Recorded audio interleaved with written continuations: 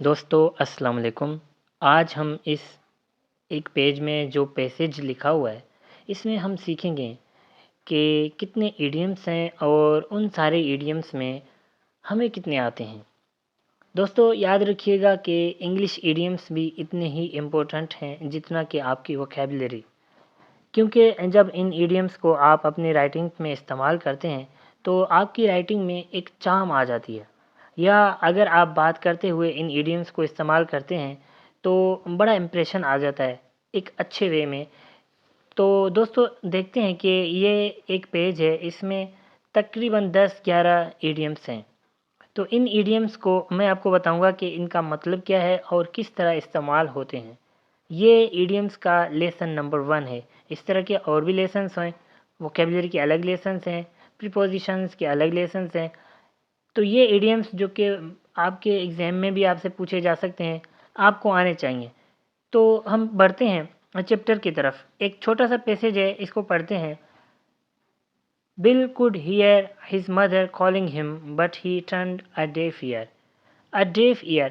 To turn a deaf ear to someone, इसका मतलब ये है कि अगर आप किसी की बात को सुन के टाल देते हैं, नहीं सुनते, सुन के अनसुनी कह देना, उसको कहते हैं turning a deaf ear. Next आपका सेंटेंस है, she was giving a large dinner party that evening and it's needed a great deal of organisation. इसमें कोई इडियम नहीं है इस जुमले में। नेक्स्ट है, the whole household was at sixes and sevens. Yes, next जो हमारे पास इडियम है वो है एट सिक्सेस एंड सेवन्स। दोस्तों at sixes and sevens English idiom है और इसका मतलब है कि इन अ कन्फ्यूजन, यानी एक ऐसी कन्फ्यूजन में, एक मडल में, एक डिसऑर्गेनाइज्ड वे में, भाग दौड़ में। तो एट सिक्सेस एंड सेवन्स यानी भाग दौड़ में या कन्फ्यूजन में। Having spent the morning cleaning the Windows, moving the lawn and moving chairs around, bill was all in. अब ये बात हो रही है बिल की कि उस बिल ने जो है जितना सारा काम किया था ये ऑल इन था, यानी बहुत थका हुआ था। All in is an English idiom और इसका मतलब ये होता है कि एग्जॉस्टेड या वेरी टायर्ड, बहुत थका हुआ। अ फ्यू मिनट्स अगो ही had made for the garden shed to have a rest and read the newspaper, saying to himself, it's time to lie low for a while. अब वो क्या करता है कि थोड़ी देर के लिए आराम के लिए बैठ जाता है और ख़ुद से ही कहता है कि अभी ये टाइम है कि it's time to lie low for a while. अब यहाँ पे इस बिल ने एक इडियम इस्तेमाल किया है, एक मुहावरा, एक फ्रेज़ इस्तेमाल किया है। इसका मतलब क्या है कि यानी थोड़ी देर के लिए बैठ के आराम करना। लाई लो यानी टू स्टे क्वाइट और हिडन, यानी थोड़ी देर के लिए साइड पे हो जाना और आराम करना। अब फिर क्या होता है कि suddenly the shed door opened, अचानक वो दरवाज़ा खुल गया। Bill looked up to see his brother Rob standing there. फिर अचानक उसको अपना भाई वहाँ पे खड़ा हुआ दिखाई देता है। This is where you are, Rob said. अच्छा तो तुम यहाँ पे हो, उसका भाई आके उससे ये कहता है। You are really in mum's bad books. उसका भाई भी कम नहीं है, वो भी देखें इडियम्स इस्तेमाल कर रहा है। दोस्तों being in someone's bad books और being in someone's black books, ये दोनों इडियम्स हैं। इसका मतलब ये है कि आप किसी की नज़रों में अच्छे नहीं हैं, यानी पसंदीदा नहीं हैं, अनफेवर्ड हैं। तो उसके लिए ये एक इडियम है जो इस्तेमाल होता है, being in someone's bad books. She wanted you to collect the meat from the butcher's. वो चाहती थी कि आप जाएं कसाई से मीट लेके आएँ, यानी गोश्त लेकर आएँ। What are you doing here asked Bill. तो बिल ने कहा कि आप यहाँ पे क्या कर रहे हो। Mum is turning the house upside down looking for a recipe said Rob. तो उससे बिल पूछता है कि तुम यहाँ पे क्या कर रहे हो फिर। तो वो कह रहा है कि मम क्या कर रही है कि turning the house upside down, अब वहाँ पे अगेन उसने दूसरा इडियम इस्तेमाल किया। देखें ये किस तरह की फैमिली है, सबको इडियम्स आते हैं। Turning the house upside down का मतलब ये होता है कि to cause confusion, to mess, यानी भाग दौड़ करना, किसी चीज़ को ढूंढना।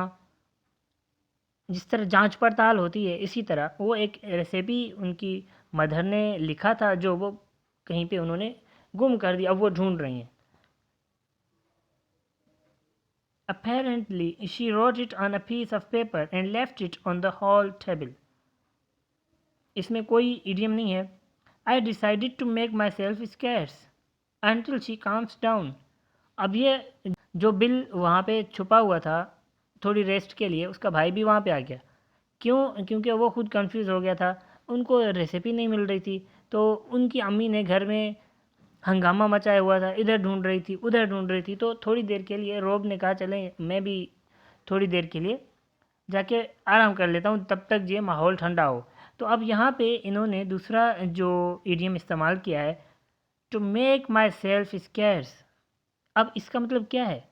To get out of the way quickly, यानी खुद को बचा के निकलना, किसी ट्रबल या तकलीफ से खुद को बचा के निकलना।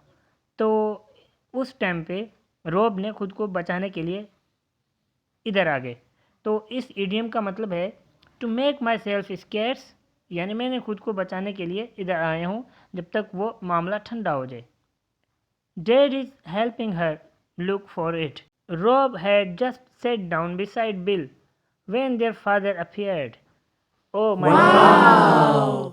जैसे ही एक भाई को पकड़ने के बाद दूसरा भाई भी वहीं पे बैठ गया, थोड़ी देर के बाद उनका फादर भी वहाँ पे आ गया। ठीक है, तो वहाँ पे आके वो क्या कहता है, आए देखते हैं। So this is where you are hiding. तो अच्छा ये है वो जगह जहाँ पे तुम लोग छुपे हुए हो। ही सेड, उसने कहा। You both will be in hot water when your mother finds you. अब उन्होंने भी जो है ना इडियम इस्तेमाल किया है। बीइंग इन हॉट वाटर यानी इन ट्रबल, आप दोनों बड़े तकलीफ में होंगे जब तुम्हारी माँ यहाँ पे तुम्हें देख लेगी। और शायद वो आके इन तीनों को कहे, she is like a cat on hot bricks. A cat on hot bricks, इसका मतलब ये होता है कि अगर आप देखें अपेरेंटली अल्फाज को देखेंगे तो इसका मतलब ये होगा कि एक बिल्ली जो है गर्म ईंटों पे जा रही है, तो वो किस तरह जाएगी? आराम से तो नहीं जाएगी। नॉर्मली आपने देखा होगा बिल्लियाँ दीवार पे आहिस्ता आहिस्ता जा रही होती हैं, लेकिन अब ये इडियम है, इसका अगर हम लफ्ज़ी माना देखें तो वो ये है कि अ केट ऑन हॉट ब्रिक्स, यानी बहुत गर्म ईंटों पे बिल्ली जा रही है, तो वो किस तरह जाएगी? बड़ी मुश्किल से भागती हुई जाएगी। तो इसका मतलब, अब इस इडियम का मतलब आपको बताता हूँ कि when a cat is on hot bricks, ये एक इडियम है और इसका मतलब ये है कि वेरी नर्वस एंड रेस्टलेस, यानी कोई सुकून नहीं है, कोई उनमें रेस्ट नहीं है। She is like a cat on hot bricks, इसका मतलब है कि very nervous and restless about this party and says that there is no one to help her. वो बड़ी नर्वस है इस पार्टी के लिए। Thank you so much. Stay tuned for upcoming lessons. अल्लाह हाफिज़, टेक केयर।